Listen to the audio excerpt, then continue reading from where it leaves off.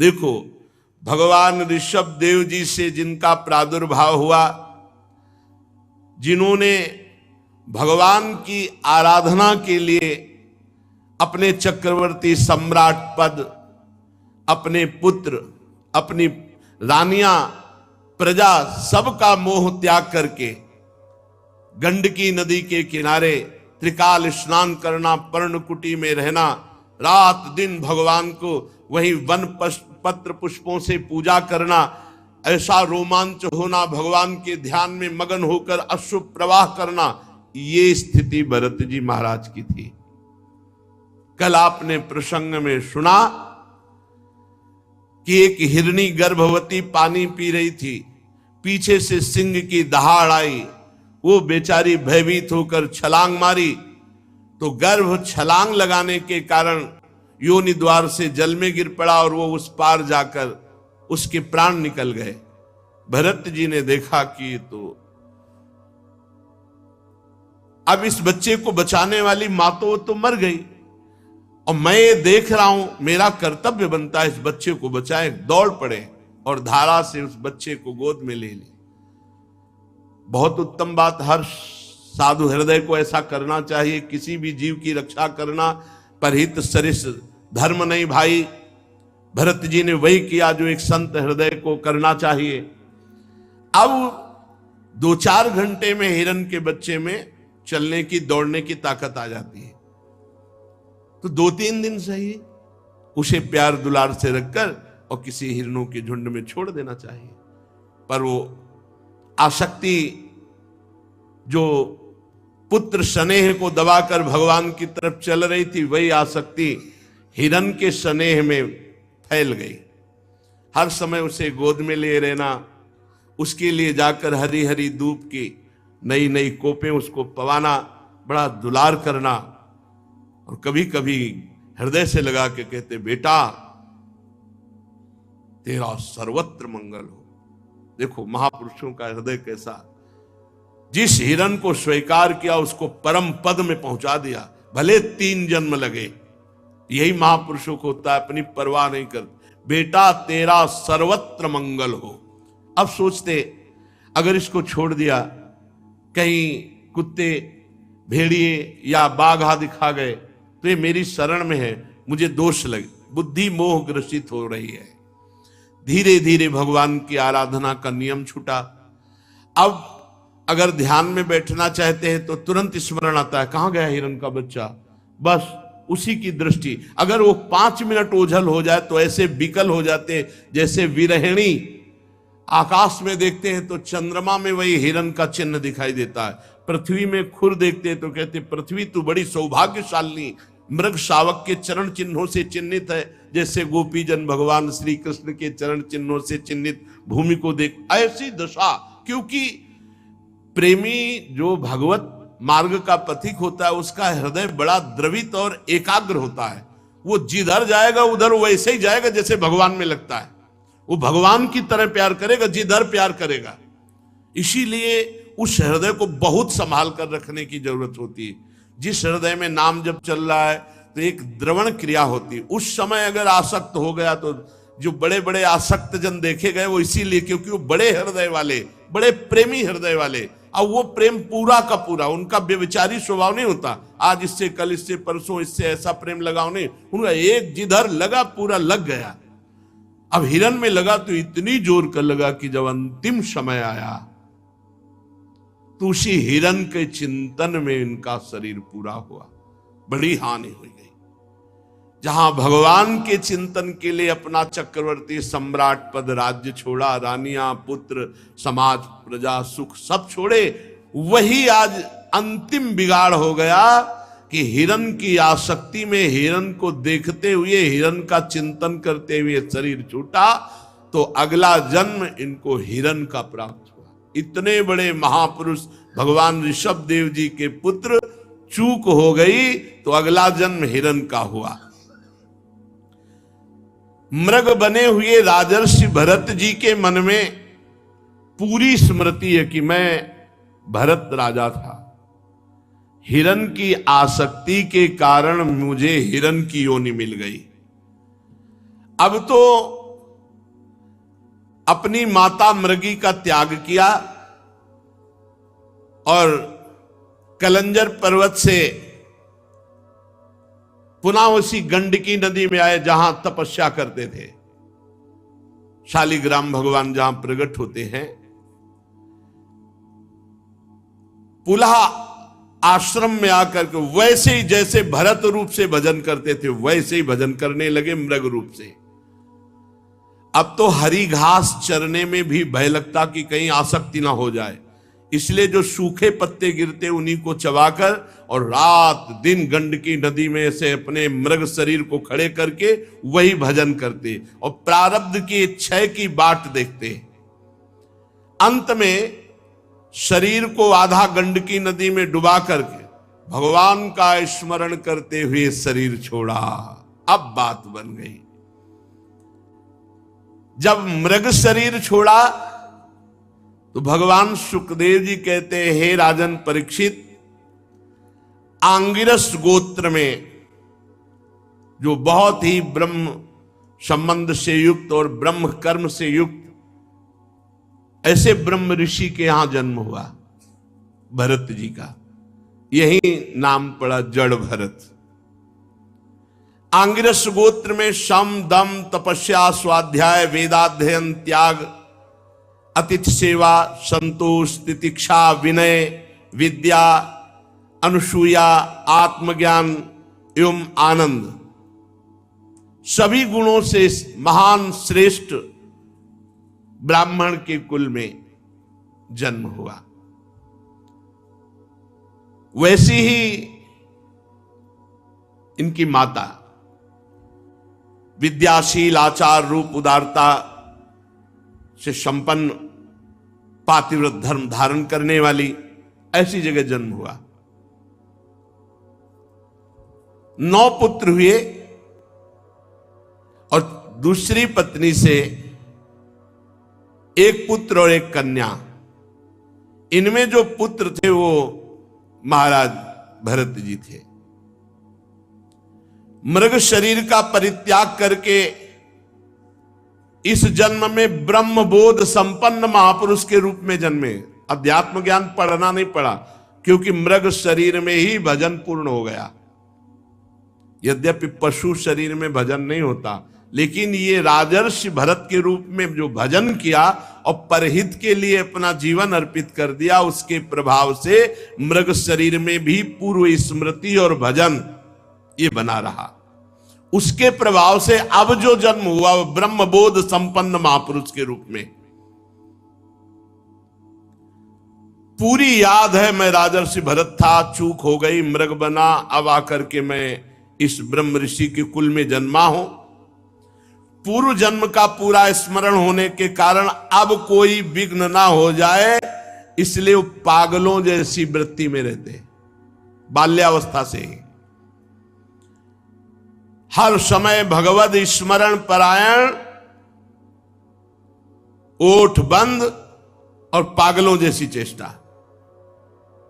श्री भगवान के चरणों का स्मरण मूर्ख पागल अंधा बहरा ऐसा अपने को दिखाने लगे बचपन से ही।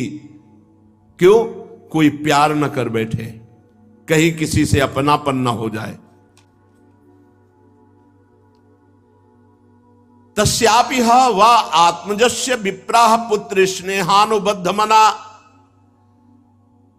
आसमावर्तनात् संस्कारान् यथोपदेशं विदधान उपनीतस्य चा पुनः शौचाच मनादीन कर्म नियमानन। पिता को बड़ा प्रेम था इनके ऊपर, क्योंकि ये ब्रह्मबोध संपन्न महापुरुष थे। पर सबको पता चल गया था कि ये बालक पागल है।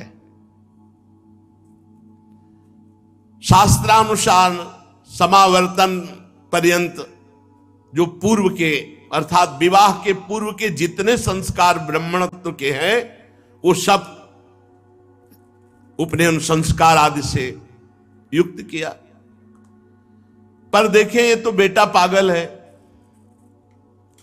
पिता का कर्तव्य है पुत्र को शिक्षा देना, इसलिए बड़े प्यार से समझाते, शौच के बाद ऐसे पवित्र हुआ जाता है, ऐसे आचमन किया जाता है, ऐसे ऐसे रहना चाहिए।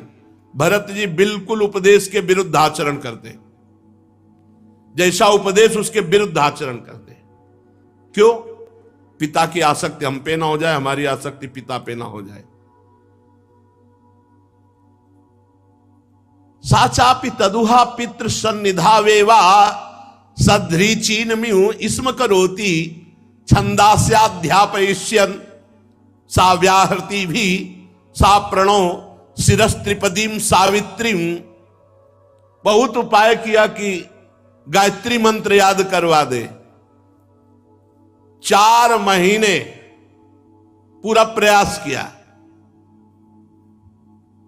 वर्षा काल में एक भी छंद याद नहीं करवा पाए। फिर बसंत ग्रीष्म चैत्र वैशाख ज्येष्ठ आषाढ़ प्रणव सहित गायत्री मंत्र याद कराने का पूरा प्रयास किया, लेकिन पागल जैसी चेष्टा। पूर्ण विद्वान, बड़ा हृदय में दुख हुआ कि ये मेरा बेटा पागल है, और ये पता ले कि ये बेटा ऐसा है कि कुल के कुल परम पावन कर देगा। पर बहुत प्यार था भरत जी के प्रति उनके पिता का, इसलिए बार बार वो पुत्र को अच्छी तरह शास्त्रों की शिक्षा देते। शौच, वेदाध्ययन, व्रत, नियम, गुरु सेवा, अग्नि सेवा, ब्रह्मचर्य पालन, इन सब की कुछ नहीं। ठीक विपरीत चेष्टा, पागलों जैसी, मूर्खों जैसी। वो हार गए और कुछ समय बाद उनका शरीर पूरा हो गया पिता का। अब तो स्वतंत्र हो गए, क्योंकि और कोई प्यार ही नहीं करता था, पिता ही प्यार करते थे। इन महापुरुष को पागल मूर्ख समझकर कोई प्यार नहीं करता, केवल पिता प्यार करते थे। वो भी पधार गए। पूर्व परंपरा के अनुसार उनकी मां उनके साथ सती हुई। अब तो कोई बोलने वाला नहीं, जो भाई थे वो समझते थे मूर्ख और पागल है। वो कर्मकांड को सब कुछ समझने वाले विद्वान ब्राह्मण थे। अब ब्रह्म ज्ञान रूपी परा विद्या का सिद्ध महापुरुष भरत जी को कौन जाले, इसलिए वो भरत जी के प्रभाव को न जानने के कारण ये मूर्ख है ऐसा समझकर उपेक्षा करते। पिता के परलोक सिधारने पर बड़ी अव्यवस्था भरत जी के साथ, क्योंकि भाई लोग मूर्ख समझते थे, पागल समझते थे। बचा खुचा बाछी अन्न जैसे पशुओं को फेंका जाता है, ऐसे उनको दे, वो आराम से शरीर का प्रारब्ध है ऐसा मान के पा लेते। कोई काम बताते वो काम करते, कोई मार रहा है, कोई अपमान कर रहा है, कोई थूक रहा है, वो बिल्कुल वैसी पागल। और ब्रह्म बोध परा विद्या के सिद्ध महापुरुष भरत जी के अंदर कोई मान अपमान का विचार ही नहीं रह गया था।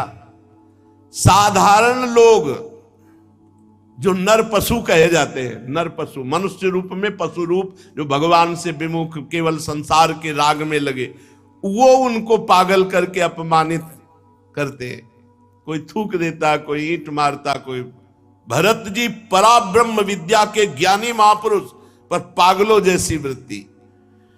कोई उनको मूर्ख कहता, कोई पागल कहता, प्रायः पागल करके ही पुकारा जाता है, और ब्रह्मबोध संपन्न महापुरुष। तो भरत जी भी ठीक वैसे ही स्वांग रचते कि सब पागल समझे, उसी के अनुरूप भाषण करते भरत जी।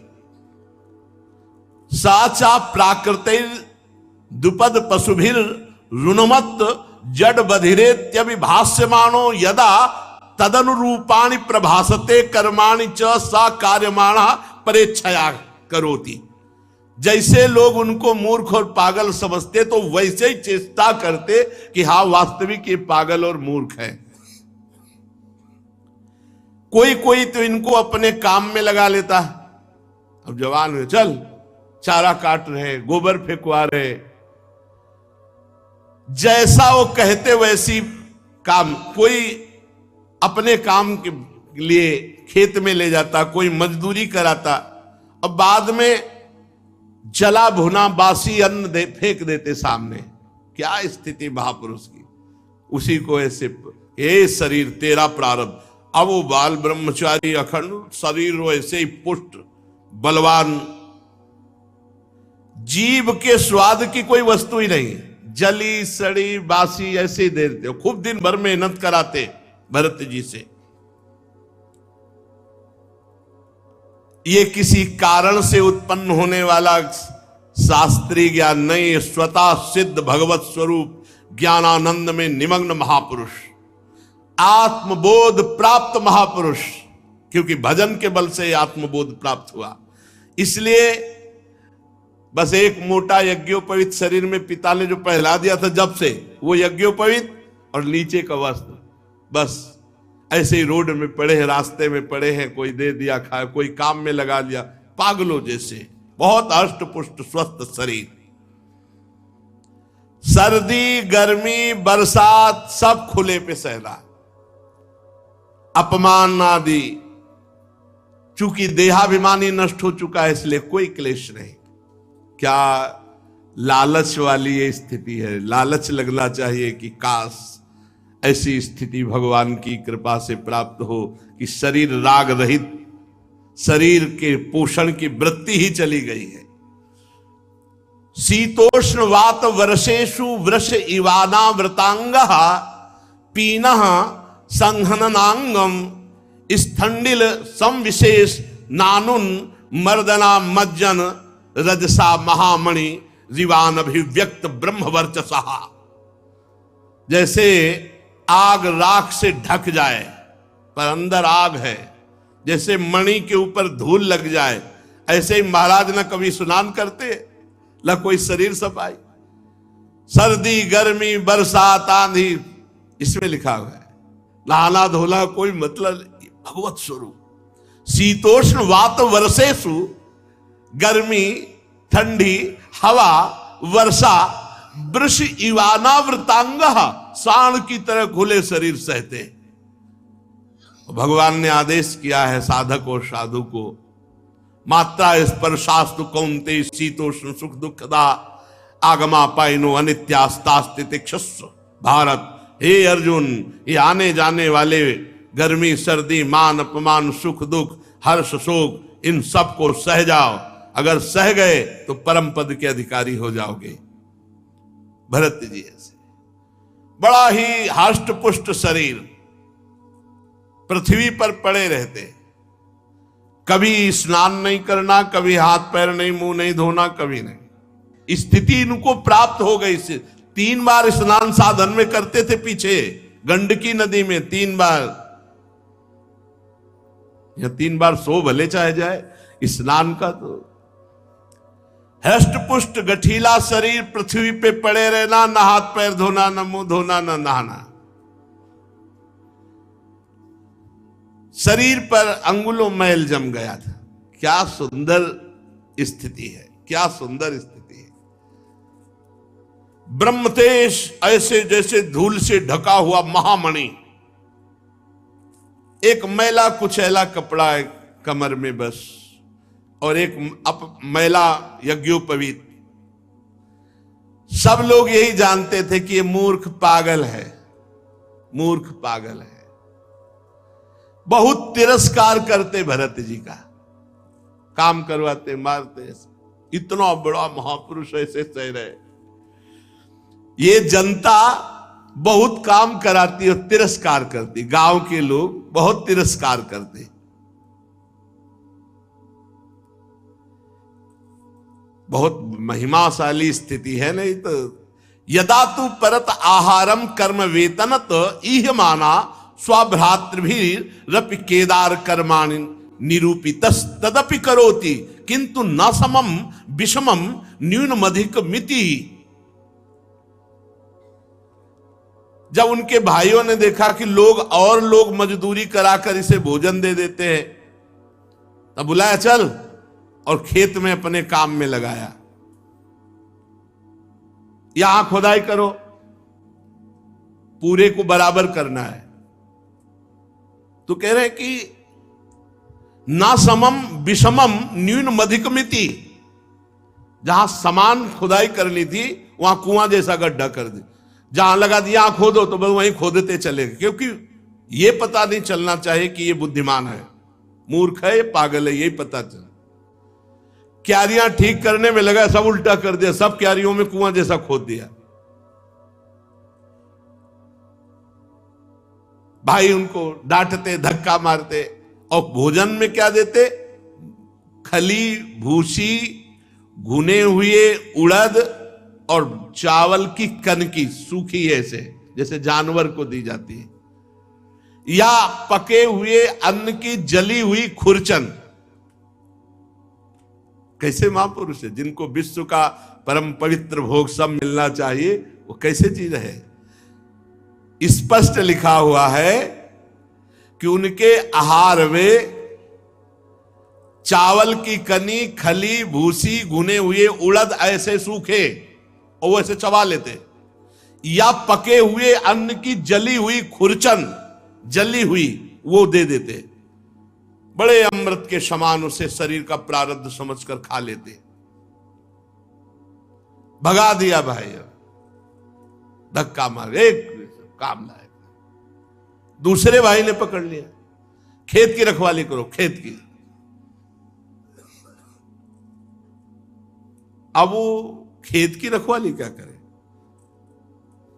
खेत इधर, आसन लगा इधर में पड़े, उनसे खेत से मतलब क्या है? विपरीत, वो जो भी कार्य करते तो उसके विपरीत, जिससे पक्का सबको समझ में आया कि पागल है, वहीं पड़े हुए थे। और एक डाकुओं के सरदार ने भद्रकाली से कामना की थी कि पुत्र हो जाएगा तो नरबलि चढ़ाएंगे। नरबलि मतलब मनुष्य को काटेंगे आपके सामने, और संयोग से पुत्र हो गया तो भद्रकाली को मनुष्य की बलि देने के लिए एक पुरुष को पकड़वा मंगाया। हो तो राजा था, दस्युराज। अब उस पुरुष को छोड़ दिया गया बाजार में, खूब जो चाहो खा लो, उसको पता नहीं है।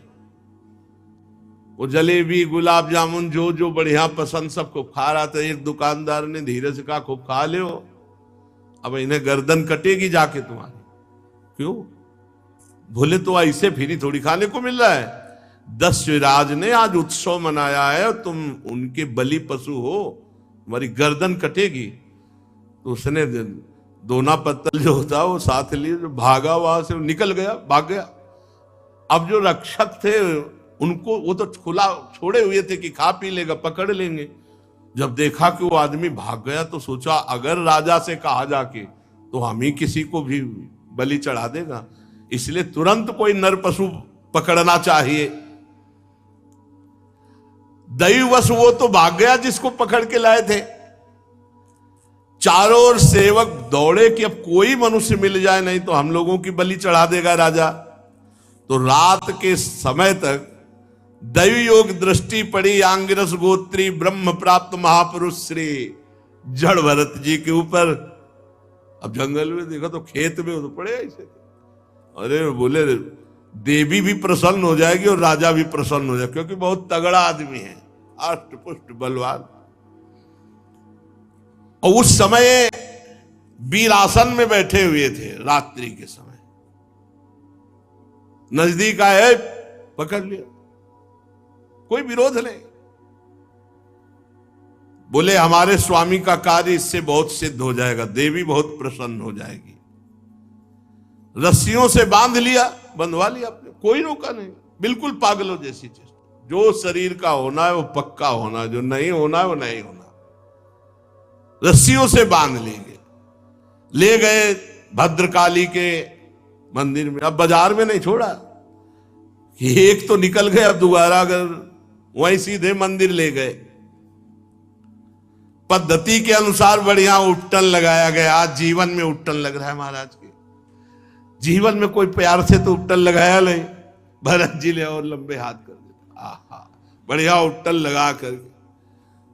अब ये नहीं कि ज्ञान नहीं, पता है, तलवार भी रखी, पता है दोनों शरीर का है, जो शरीर का प्रारब्ध है उसको भोगना होगा। विधि पूर्वक बढ़िया इत्र फुले लगा के स्नान, सब नए नए वस्त्र पहनाए गए, चंदन लगाया गया, माला, जैसे अब गर्दन कटनी है तो माला भी, फिर सुंदर खीर पुआ भोजन डट के भरत जी ने खाया। कोई चिंता नहीं, पता है अज्ञानी थोड़ी परम ज्ञानी है। फिर धूप दीप से आरती की गई क्योंकि बलि चढ़ाना है। इसके बाद शुरू हुआ ढोल बजना, मृदंग ढोल, और भद्रकाली जी के सामने इनको ले जाया गया, भरत जी को, और कहा गया सर नीचा करके ऐसे झुका के बैठ जाओ, घुटने के बल सर नीचा करके आराम से बैठ, कोई परेशानी नहीं। और आदमी तो चिल्लाए लगते, अरे चिल्लाए क्योंकि सामने भारी तलवार वजन वाली पूजन की हुई रखी हुई थी। भरत जी ने देखा प्रारब्ध है, सर झुका दिया। दस्यु राजा आया और अभिमंत्रित वो बहुत वजन वाली खड्ग उठाई तलवार। अब ये तो ब्रह्मस्वरूप महापुरुष, वो रज और तम से मिश्रित स्वभाव वाला दस्युराज उन्मत्त होकर के जो ही ऐसे तलवार उठाई, एक तो ब्रह्म ऋषि, दूसरे ब्रह्मबोध संपन्न, शरीर राग रहित ब्रह्मबोध संपन्न महापुरुष के जे ही गर्दन पर तलवार प्रहार करने के लिए की, भद्रकाली के शरीर में ब्रह्म तेज से आग पैदा हो गई। भद्रकाली को असहनीय हो गई, चीख पड़ी, मूर्ति फाड़कर निकल पड़ी और वही तलवार लेकर के अपने जितने पूजा करने वाले थे सबकी गर्दनें उड़ा दी। अंबा को ये पसंद नहीं आया, मां को ये पसंद नहीं आया। जो लोग बलि देते हैं हीन पशुओं की, जरा इस प्रसंग से सुनकर देखे कि मां जगदम्बा है या केवल तुम्हारी ही मां है। अगर वो जगदम्बा है तो हर पशु पक्षी की मां है, वो कैसे बर्दाश्त कर सकती है अपने पुत्र का हनन? तुम्हारी दुर्गति होगी। माताजी जगत जननी, माताजी ने उनको मारा जो अन्य पुत्रों का नाश करना चाहा, तो माताजी ने उनको घेर करके मारा। चाहे रक्त बीज हो, चाहे शुंभ निशुंभ हो, चाहे जो भी महिषासुर हो, कोई भी हो, जिसने अन्य समाज को नष्ट करना चाहा, अंबा असहनीय होकर के अपने पुत्रों की रक्षा के लिए उसको मारा। ऐसा नहीं है निर्बल जीवों की हत्या करोगे तो मां प्रसन्न हो जाएगी। अपनी जबान की चाटुकारिता स्वाद के लिए तुम पशुओं को मारते हो और सोचते हो कि जगदम्बा प्रसन्न हो जाएगी, नरक जाओगे। किसी भी जीव की हत्या ऐसे नहीं लिखी। कोई देवी देवता नहीं चाहता कि आप किसी जीव की हत्या करें वो प्रसन्न हो जाए। अरे उनको चाहिए तो पूरे विश्व को चाट जाए। वो अंबा है। देवी के शरीर में आग पैदा हो गई और फाड़ कर मूर्ति निकल पड़ी और वही खड्ग छीनकर अपने समस्त पूजकों को काट डाला माता जी ने। बड़ा भयानक हाहाकार मचा दिया। भद्रकाली है, विकराल अट्टहास। ये देखो ब्रह्मबोध संपन्न हुआ, रस्सी से बांध लाए तो बंध के आ गए, नहा दिया तो नहा लिया, खवा दिया, गर्दन झुकाओ, गर्दन झुका दी, अंबा प्रकट हुई, सबको काट डाला। अब कोई बांधने वाला ले तो चल दिया। ये है ब्रह्मबोध संपन्न महापुरुष की स्थिति। और माता जी अट्टहास करके गरज रही, केवल भरत जी वहां जिंदा है और सबको मार डाला, सबको काट दिया माता जी ने। सत्य है एवमेव खलु महदविचाराति क्रमः कार्ष्णेनात्मने फलति। सत्य है कि जो महापुरुष का अपराध करेगा सर्वनाश हो जाएगा, कोई भी हो। महापुरुष के अपराध से डरना चाहिए। दैवी शक्ति भी रक्षा नहीं, अपने उपासकों की गर्दनें काट दी माता जी ने।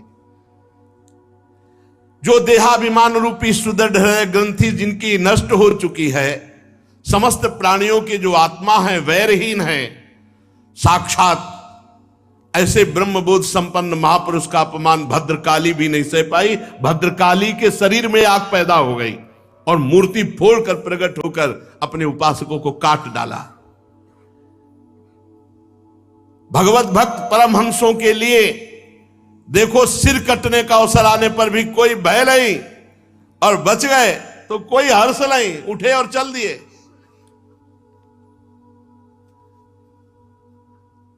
आराम से मस्ती से जा रहे थे, खूब पूजे, तिलक लगे, खाए पे, नए कपड़ा पहले थे, मस्ती से। उधर सिंधु सौवीर देश का राजा रहुगण, ये वही रहुगण है हिरण, भरत जी के कर कमल से द्वारा पोषित। अब ये भला आकर सिंधु सौवीर देश का राजा, और ये जा रहे थे कपिल भगवान से सत्संग करने, पालकी में बैठ के। कहा था ना भरत जी ने हिरण के रूप में जब ये थे कि बेटा तेरा सर्वत्र मंगल हो, अर्थात मैं तेरा सर्वत्र मंगल करूंगा। पालकी पर चढ़कर जा रहा था, जब इक्षुमती नदी के किनारे पहुंचा तो पालकी उठाने वाले कहारों के जमादार की एक कहार को बुखार आ गया और वो डगमगाने लगी पालकी, असमर्थ। तो कहा भाई एक नया किसी को खोज लो, राजा है वो तो हुक्म पे। तो इन्हीं को देखा, बढ़िया नए कपड़ा पहले, खीर पाए, तिलक लगवाए, आ रहे थे।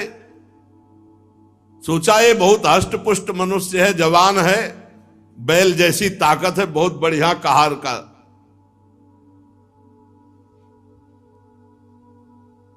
गोखर बद्धुरम बोढ़ मलमिति पूर्वविष्टि ग्रहित ही, ये तो अपार बल रखता है, जैसे बैल में, जैसे पुष्ट जानवर में, ये बोझा तो बढ़िया ढो सकता है। ए चलो, चल दिए। आज तक अभी उपदेश नहीं दिया, पकड़े हुए कहारों के साथ इनको लगा दिया। अब वो कहार जो राजा की पालकी में होते हैं वो शिक्षित होते हैं। महाराज तो मस्त, बहुत बढ़िया कहार मिल गया। महात्मा भरत जी इस कार्य के योग्य तो बिल्कुल नहीं थे। चुपचाप चार कहारों के बीच में एक में इनको एक तरफ लगा दिया। अब ये केवल पृथ्वी में देखते थे कि कोई जीव पैर के नीचे दब न जाए, क्योंकि महात्मा ऐसे ही चलते हैं, दृष्टि नीचे करके। अब दूसरे कहार तो केवल एक बाण पृथ्वी थोड़ी देखते, वो तो पूरा अशिक्षित है, और ये तो आराम से देख करके, और ये इतने तगड़े बलवान कि अगर कदम रोक दिए तो तीनों के कदम रुक गए, क्योंकि बलवान है, पकड़े हुए। अगर वो संभाल के लंबी टांग मारे तो तीनों मुंह भरा हो रहे। राजा रहुगण ने कहा है ये क्या प्रमाद है, पालकी डोल रही, पालकी हिल रही है, ये ऊंची ऊंची हो रही है। कहारों ने डर कर कहा महाराज की जय जय हो, आप चाहें तो हमें दंड दे सकते हैं, पर हम निर्दोष हैं। ये जो नया कहार आया है सारा दोष इसी का है। महाराज हमारा प्रमाद नहीं, हम तो नियम के अनुसार पालकी चला रहे हैं। ये नया कहार जो आया है ये बहुत बलवान है, ये जैसा हिला डुला देता वैसे पालकी हिल डुल जाती है। ये जल्दी जल्दी ठीक से हमारी तरह नहीं चल रहा है महाराज।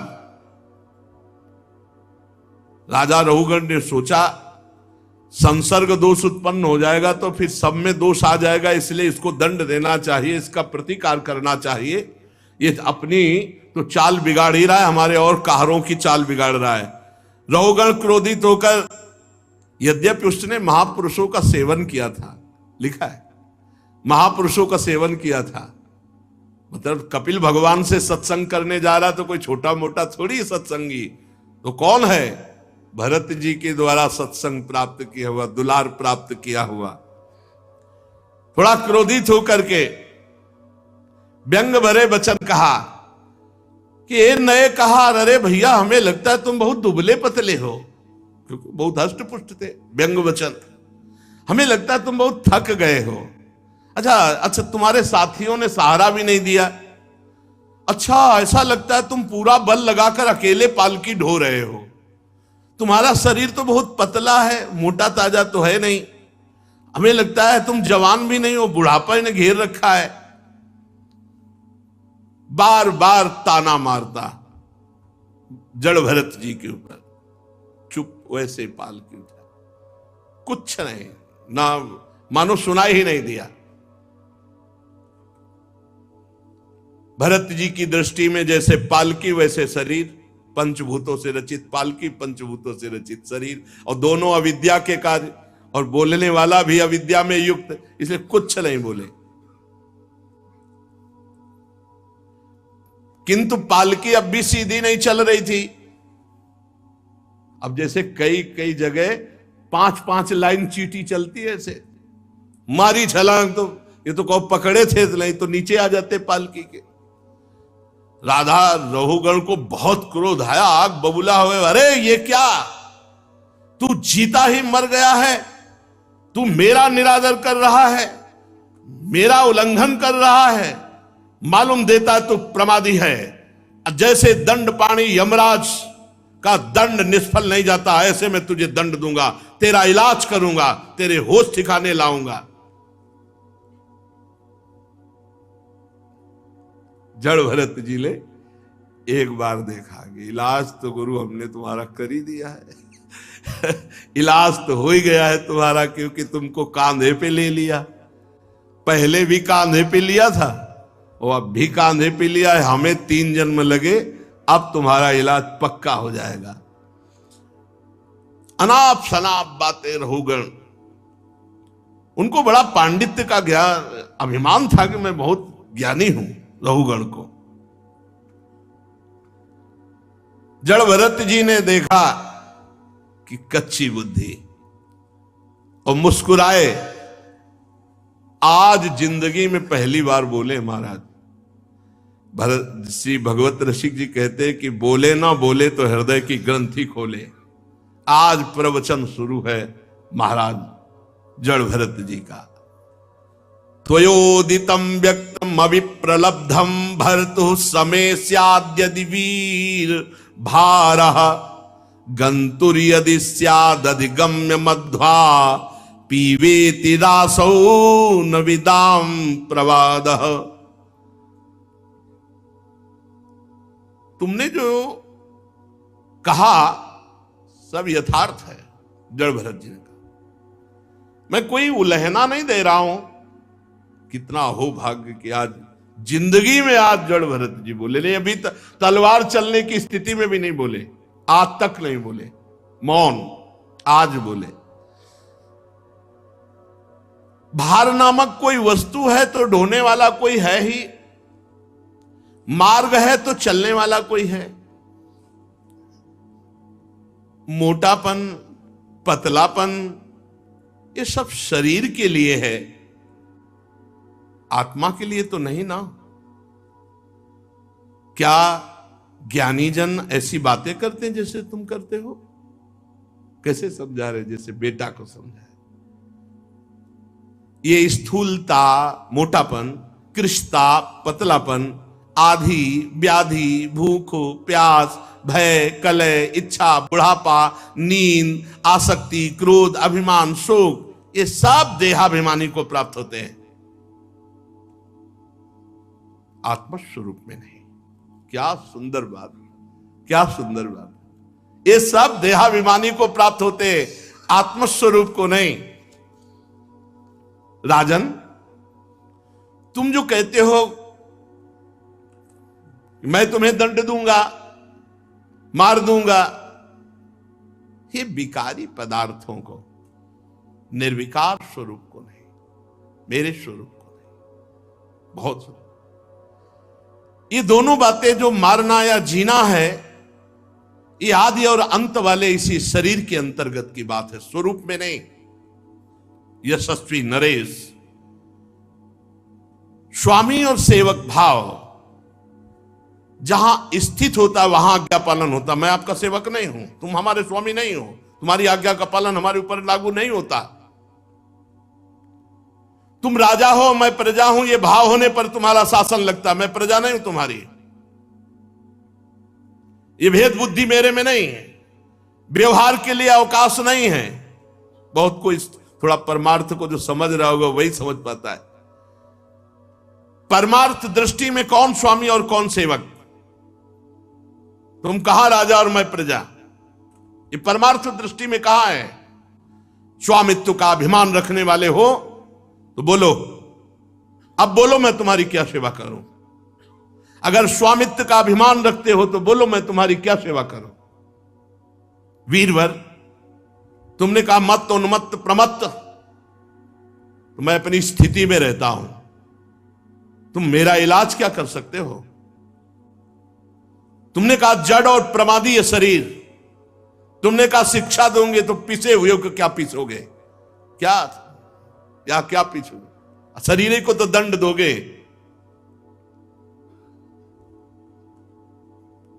और फिर नीचे करके पालकी लेके चल दिए। जड़ भरत जी की दृष्टि और वचन और तत्व का उपदेश,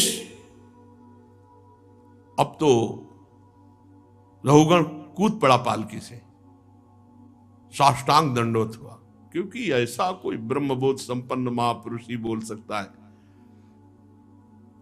राजमद चूर चूर हो गया, चरणों में सिर रख करके, हाथ जोड़ करके, घुटने टेक करके कहा। पालकी लिए हुए भरत जी कूद पड़ा रघुगण, साष्टांग दंडवत, आगे घुटने टेक कर हाथ जोड़कर कहा, देव आपका एक ही चिन्ह दिखाई दे रहा है, यज्ञोपवीत द्विज का, ब्राह्मण का, और आप प्रच्छन्न भाव से विचरने वाले हैं। क्या आप अवधूत शिरोमणि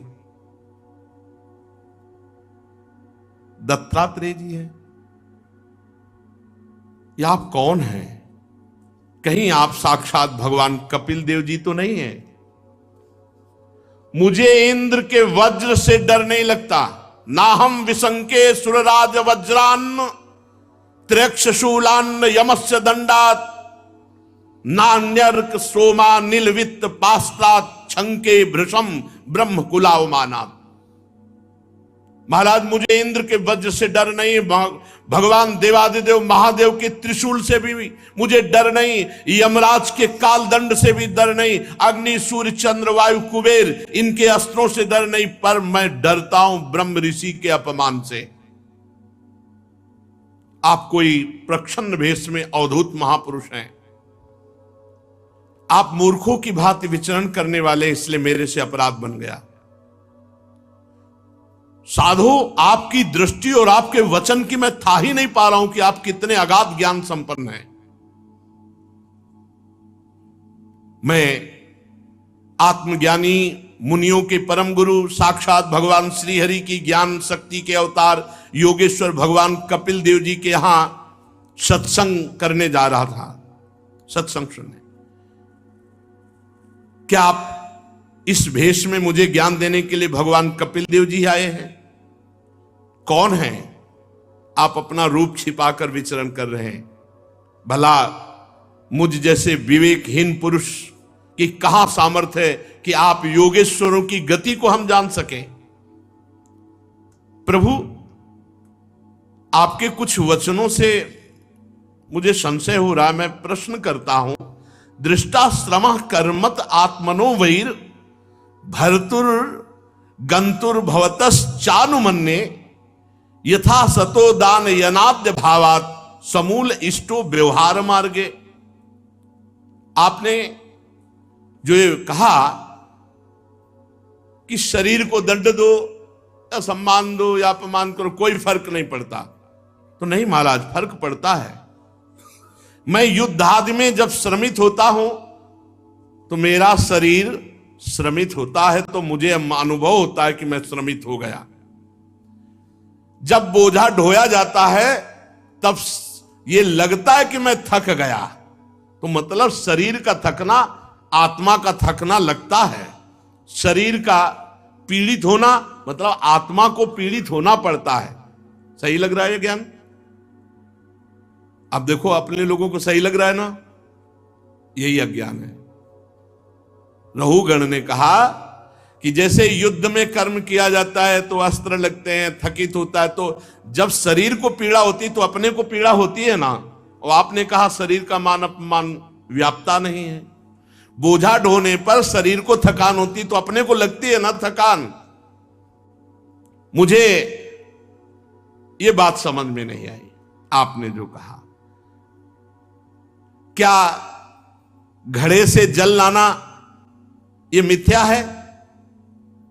घड़ा मिथ्या है कि जल मिथ्या है? और घड़े से जल लाना रूपी क्रिया मिथ्या है, क्योंकि जड़ भरत जी ने कहा शरीर और पालकी और जाने की क्रिया ये सब मिथ्या है। देह का सुखद या दुखद प्रभाव आत्मा पे पड़ता है, रघुगण ने कहा। जैसे आपने कहा नहीं पड़ता, माना।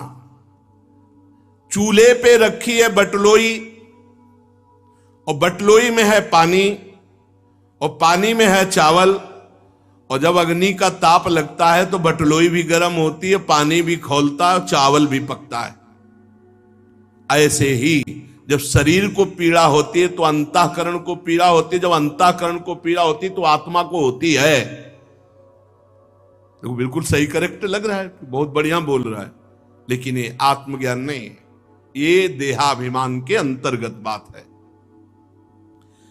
और आपने जो कहा कि दंड देना व्यर्थ है, हमारे को दंड देना व्यर्थ है, तो व्यर्थ कैसे हो सकता है? राजा का कार्य है प्रजा को शासन में लेना, उद्दंडों को दंड दे करके ठीक करना। उन्मत्तों को दंड देना पिसे हुए को पीसने के समान व्यर्थ नहीं हो सकता। इसलिए भगवान की सेवा होती है उद्दंडों को दंड दे करके पवित्र करना।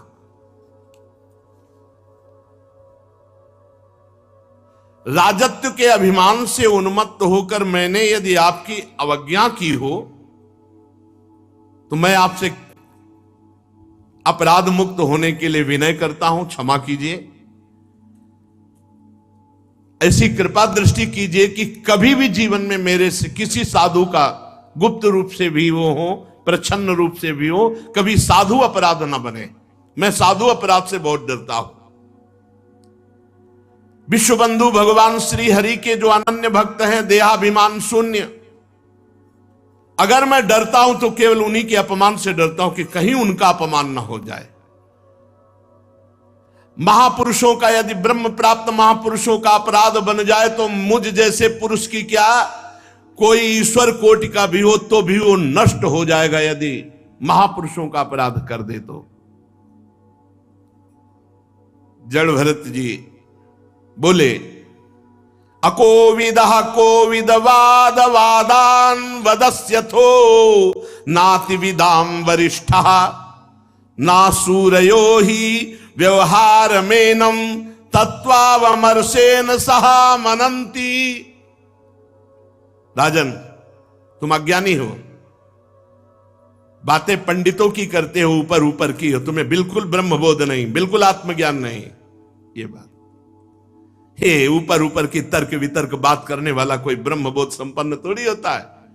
बातें पंडितों जैसी करते हो, तुम अज्ञानी मूर्ख हो, ब्रह्मबोध नहीं। ये देखो, अगर ब्रह्मज्ञानी की बात ना सुनी जाए तो वो बात लग रही कि पूरी सही है। तुम्हारी गणना ज्ञानियों में नहीं हो सकती। तत्व ज्ञानी पुरुष तुम्हारे अविचार सिद्ध स्वामी सेवकादि व्यवहार को कभी सत्य स्वीकार नहीं करते। तुम लौकिक व्यवहार को तुम परम सत्य आत्मस्थ रूप से जोड़ते हो। वेदवाक्य अधिकतर गृहस्थो जनित यज्ञ विधि विस्तार में व्यस्त हैं और आत्मस्वरूप का जो बोध है वेदातीत है। इसलिए भगवान ने भी कहा त्रैगुण्य विषया वेदा निस्त्रैगुण्य भवार्जुन, अर्थात वेदातीत स्थिति को प्राप्त हो।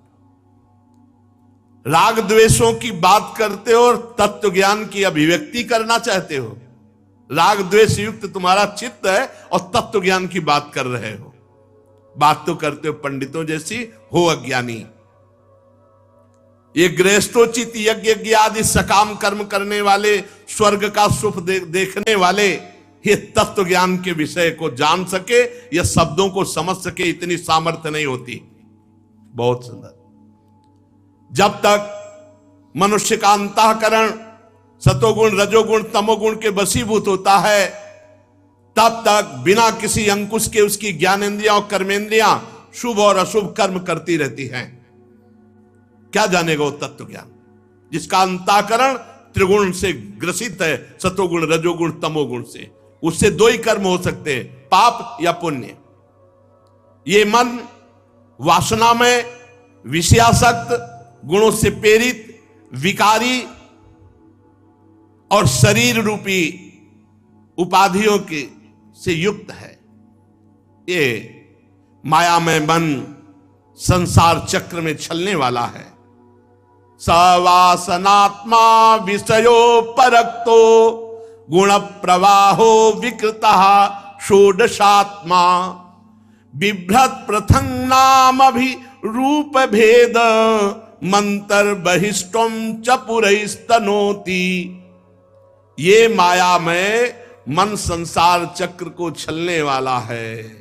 यही देहाभिमानी जीव को सुख दुख आदि से बांध देता है। जब तक ये मन जीवित रहेगा तब तक जागृत और स्वप्नावस्था में व्यवहार प्रकाशित करता हुआ जीव को बांधे रहता है। इसलिए पंडित जन मन को ही त्रिगुणमय अधम संसार और गुणातीत परमोत्कृष्ट मोक्ष पद का कारण बताते हैं। तस्मान मनोलिंग मदो वदंती गुणा गुणत्वस्य परावरस्य। जो मन परमात्मा में स्थित तो मुक्त पदवी, और विषय में स्थित तो बंधन युक्त। विषयासक्त मन जीव को संसार में फांस के रखता है और भगवदासक्त मन मोक्ष पदवी प्राप्त कराता है। जो वासनामय मन है वही बंधन युक्त है, और जो निर्वासनिक परमात्म चिंतन में तन्मय मन है वही मोक्ष पद है। घी से भींगी हुई बत्ती खाने वाले दीपक में तभी तक धुआं निकलता है जब तक घी है, और घी समाप्त हो गया तो अग्नि तत्व में लीन हो जाता है। उसी प्रकार जब तक विषय भोग है, विषय भोगों में सुख बुद्धि है, तभी तक ये कर्म बनते हैं, उनकी वृत्तियां होती हैं। और जहां विषय भोगों का भाव हट जाता है तो सब शांत हो जाता है। न दीपक, न बत्ती, न आग, ऐसे न संकल्प, न कोई क्रिया, न कोई भोग वासना। एक स्थिति जैसे बताते हैं कि दीवाल घड़ी का सेल हटा दो तो सेकेंड, मिनट, घंटा वाली सुई वहीं ठप। ऐसे मन, बुद्धि, चित्त, अहंकार, इंद्रियां सब भगवत स्थित, सब भगवत स्थित। अब कैसे जानोगे? 5 मिनट तो ये स्थिति आती नहीं है। 5 मिनट ऐसी स्थिति कि सब कुछ भगवदाकार। 5 कर्मेंद्रियां, 5 ज्ञानेंद्रियां, 1 अहंकार, ये 11 मन की वृत्तियां हैं। 5 प्रकार के कर्म, 5 तन मात्राएं, 1 शरीर, ये 11 उसके आधारभूत विषय कहे गए हैं।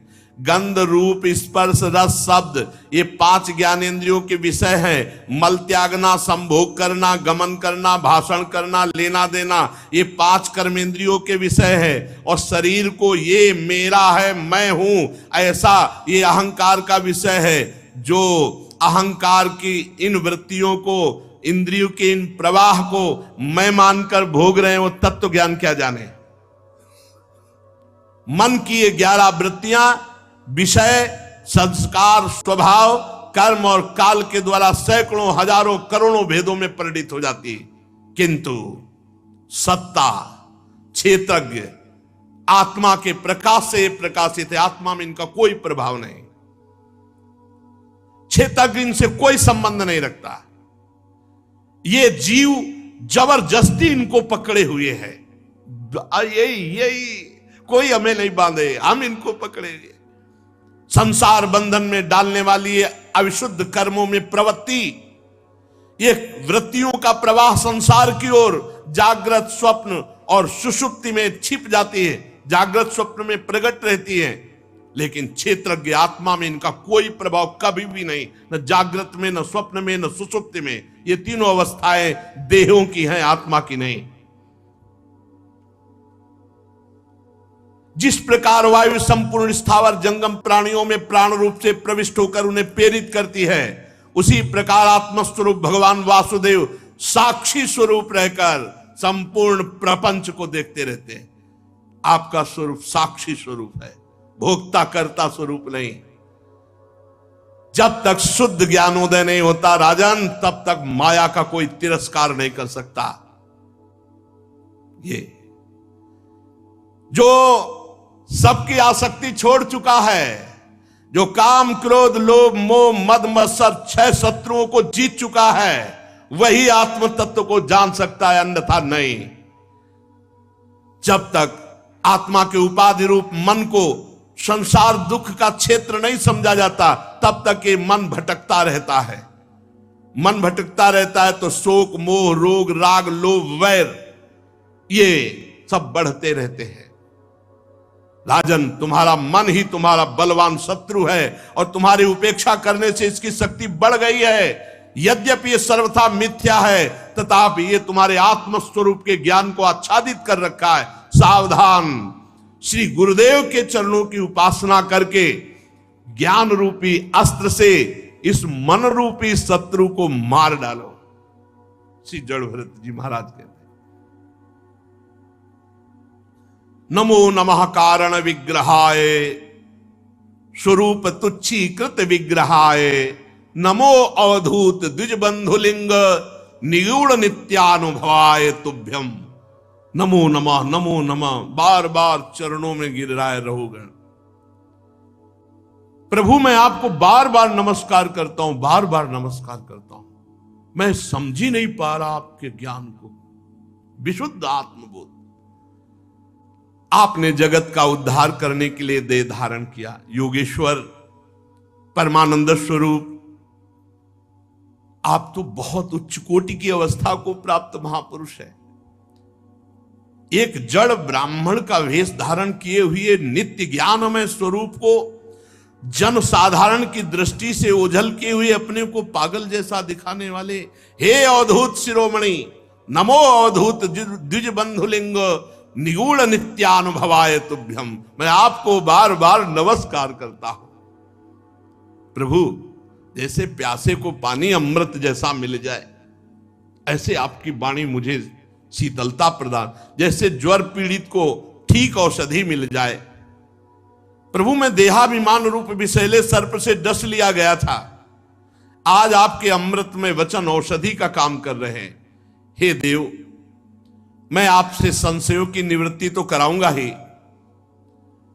पहले ये जो आपने अध्यात्म योग का उपदेश किया, मैं इसे सरल ढंग से समझना चाहता हूं।